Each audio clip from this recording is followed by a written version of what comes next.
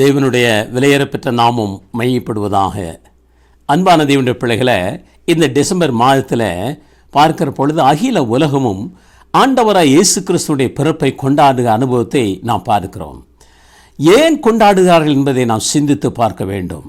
வேதம் சொல்லுகிறது, லூக்காவின் சுவிசேஷம் 2ஆம் அதிகாரம் 10-12 வாசிக்கிறோம். இதோ எல்லா ஜனத்திற்கும் மிகுந்த சந்தோஷத்தை உண்டாக்கும் நற்செய்தி உங்களுக்கு அறிவிக்கிறேன் என்று சொல்லி தேவதூதன் மந்தையை காத்து கொண்டிருந்த மேய்ப்படத்திலே சொன்னார். மாத்திரமல்ல, அவர்கள் தொடர்ந்து சொன்ன அனுபவத்தை பார்க்கிற பொழுது, இன்று கர்த்தராகிய கிறிஸ்து என்னும் இரட்சகர் தாவீதின் ஊரிலே பிறந்திருக்கிறார். ஆமன்பான தேவனுடைய பிள்ளைகளை, எல்லாருடைய பிறப்பும் சந்தோஷத்தை கொடுக்க முடியாது, எல்லாருடைய பிறப்பும் சமாதானத்தை கொடுக்க முடியாது, எல்லாருடைய பிறப்பும் இரட்சகராக இருக்க முடியாது.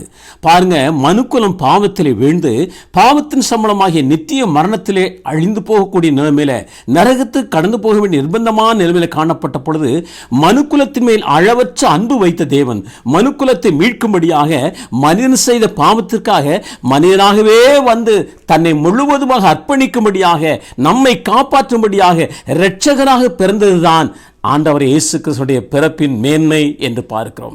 ஆகையினாலே தான் இன்று கர்த்தராகிய கிறிஸ்து என்னும் இரட்சகர் பிறந்திருக்கிறார் என்று தேவதூதன் சொன்னார். ஆகையினாலே தான் இது எல்லா ஜனத்திற்கும் மிகுந்த சந்தோஷத்தை உண்டாக்கூடிய ஒரு நல்ல செய்தி, நற்செய்தி என்று சொன்னார்.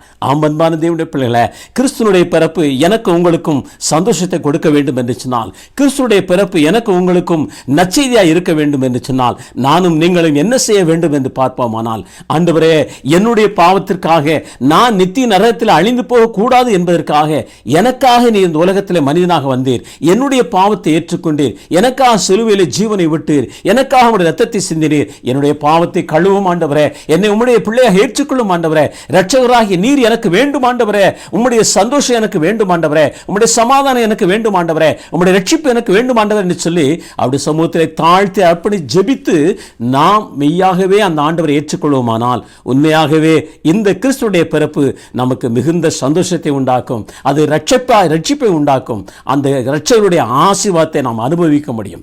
அவ்விதமான நிலைமையில நம்முடைய வாழ்க்கை முழுமையாக அர்ப்பணித்து இந்த கிறிஸ்துமஸ் என்கிற நிலைமையில இந்த கிறிஸ்துடைய பிறப்பை நினைவு கூறுவோமானால் மெய்யாகவே அந்த ஆசீர்வாதம் இருக்கும். அவருடைய நாமம் இன்றும் என்று மையப்படுவதாக. ஆமென். ஜெபிப்போம். எங்களை நேசிக்கிறதான அன்பான தகப்பனே, இந்த அருமையான வேலைக்காக நன்றி செலுத்துகிறோம் ஆண்டவரே.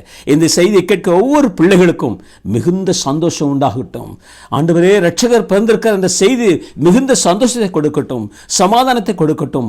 அவர்கள் தங்களுடைய வாழ்க்கை உமக்கு ஒப்புக் கொடுத்து அந்த சந்தோஷத்தை சமாதானத்தை அனுபவிக்க உதவி செய்வீராக. நீர் அப்படி இயேசுவுக்கு நன்றி செலுத்துகிறோம். இயேசு கிறிஸ்து இன்ப நாமத்தை எடுக்கிறோம் எங்கள் ஜீவனுள்ள நல்ல பிதாவே. ஆமேன். ஆமேன். கர்த்தர் உங்கள் ஒவ்வொரு ஆசீர்வதிப்பாராக. ஆமேன்.